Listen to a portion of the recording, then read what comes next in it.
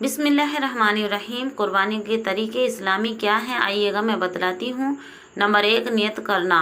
कुर्बानी करते वक्त नियत करना ज़रूरी है कि ये मैंने कुर्बानी सिर्फ़ अल्लाह के लिए की है।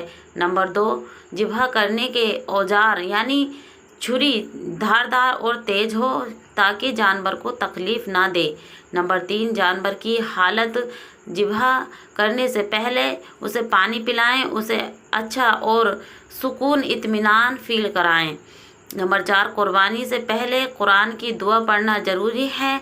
नंबर 5, बिस्मिल्लाह और तकबीर ज़िबह करने से पहले कहना ज़रूरी है और ज़िबह करते वक्त भी बिस्मिल्लाह और अल्लाहु अकबर कहना ज़रूरी है।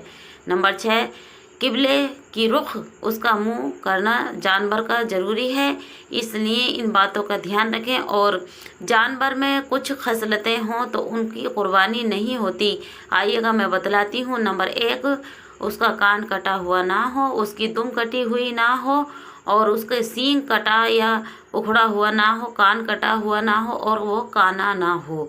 और प्यारे अजीजों, देखने में खूबसूरत हो, लागर नहीं हो यानी कमज़ोर नहीं हो कि इतना कमज़ोर कि वो ज़िबह घर तक ना जा सके। तो इसलिए इन बातों का ध्यान रखें। अल्लाह सुब्हान व तआला हम सब की कुर्बानियों को कबूल फरमाए, आमीन।